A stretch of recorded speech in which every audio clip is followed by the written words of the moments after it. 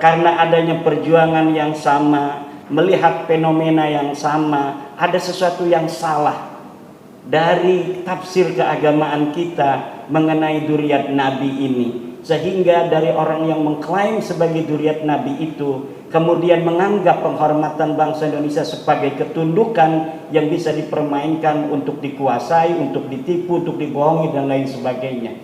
Gerentak hati itu kemudian ternyata resonansinya diterima oleh frekuensi yang sama. Hampir 80% masyarakat Indonesia sudah tidak percaya Ba'lawi Habib itu keturunan Nabi besar Muhammad sallallahu alaihi wasallam. Mereka tidak percaya lagi Ba'lawi Habib itu sebagai keturunan Nabi besar Muhammad per hari ini. Allahumma salli ala Sayyidina Muhammad.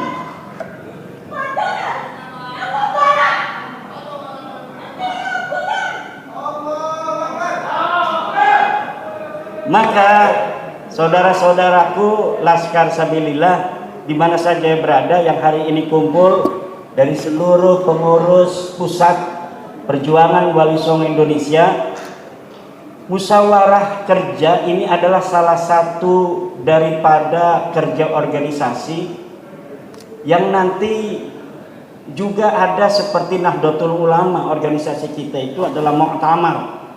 Ini kita akan keliling seluruh Indonesia dari Aceh sampai Papua agar pernah diduduki oleh kerja-kerja dari perjuangan wilayah perjuangan Wali Songo Indonesia tingkat pusat di seluruh pulau-pulau yang ada di Indonesia. Kalau bisa setiap provinsi event-event acara-acara semacam ini berpindah. Kemarin di pertama di Cilacap di Jawa Tengah, terus di Cirebon Jawa Barat, sekarang di Jawa Barat lagi. Nanti Abah Yusuf mungkin bisa mengadakan acara di Banten, kemudian di Jawa Tengah, di Jawa Timur, di Madura, di Bali, di NTB, di Papua, di Maluku, di Sulawesi, di Kalimantan, di Sumatera. Untuk apa?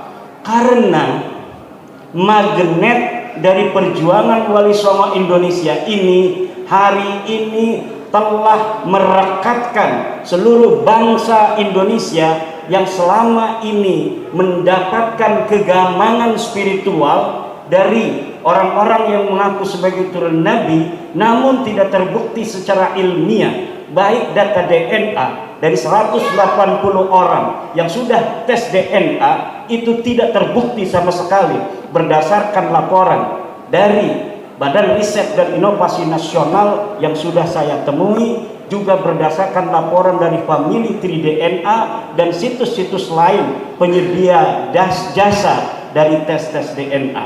Kalau secara tes DNA sudah tidak terbukti, ini qot'i. Kalau kajian saya itu kajian ilmiah. Kajian ilmiah itu dhannun qawiyyun, adalah dugaan yang kuat karena dia secara kajian pustaka. Tetapi kalau secara saintifik ilmu biologi ini tidak bisa untuk mengelak lagi. Contohnya otopsi. Otopsi itu masih perdebatan kalangan ulama. Ada yang membolehkan otopsi, ada yang mengharamkan. Tetapi ketika negara membutuhkan untuk sebuah kesaksian hukum, maka negara akan menjalankan otopsi itu tanpa melihat perbedaan pendapat yang terjadi di kalangan ulama. Begitu juga dengan tes DNA ini.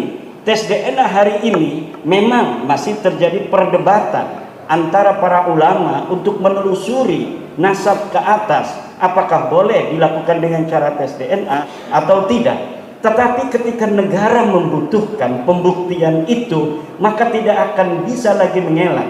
Karena apa? Media-media saintifik itu bersifat qat'i, bersifat final dan dapat dipertanggungjawabkan. Hari ini kita sering mendengar dari orang-orang yang memframing tentang bahwa hasil uji tes DNA tidak bisa dijadikan sebagai isbatun nasab atau nafi nasab. Tetapi kita yang semuanya kebanyakan adalah dari Nahdlatul Ulama, mempunyai pandangan daripada apa yang telah diputuskan oleh Nahdlatul Ulama dalam Muktamar di Boyolali tahun 2024 tahun 2004, di mana diputuskan dalam muktamar bahwa tes DNA bisa digunakan untuk menafikan nasab. Jadi apabila seorang anak DNA-nya tidak sama dengan ayahnya, maka dia dapat diputuskan oleh hakim bahwa anak ini bukan anak dari ayah yang diakukannya. Demikian pula untuk nasab yang jauh, bila menurut pakar-pakar DNA dari Badan Riset dan Inovasi Nasional seperti Dr. Ari Kain, Dr. Sugeng Sugiharto yang sudah memberikan pandangan ilmiahnya seperti kita lihat di tulisan dan di YouTube mereka, bahwa apabila hari ini ada orang yang mengaku keturunan Nabi, maka haplogrupnya harus sama dengan haplogrupnya Bani Hashim dan Nabi Ibrahim, yaitu J1. Sementara tes DNA dari Ba'lawi para Habib-Habib ini, dari 180 orang itu semuanya tidak ada yang J1. Ini adalah kesimpulan ilmiah yang tidak bisa dibantah oleh siapapun, bahkan para dokter-dokter dari fisika mereka, kimia yang berusaha membantah itu, membantahnya itu dengan framing. Yang dimaksudkan oleh Dr. Ari Ken dan Dr. Sugeng itu adalah YDNA, tetapi yang dibacakan oleh mereka dalam membantah itu autosomal DNA dengan mitokondria. Itu berbeda.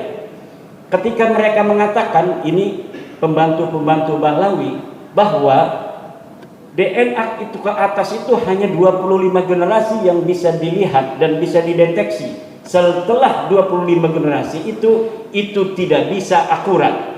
Itu yang dimaksud adalah bukan DNA dari YDNA, tetapi mitokondria dan autosomal. Kalau YDNA hari ini, siapa yang mengaku keturunan daripada Ken Arok, maka DNA-nya harus sama dengan Ken Arok.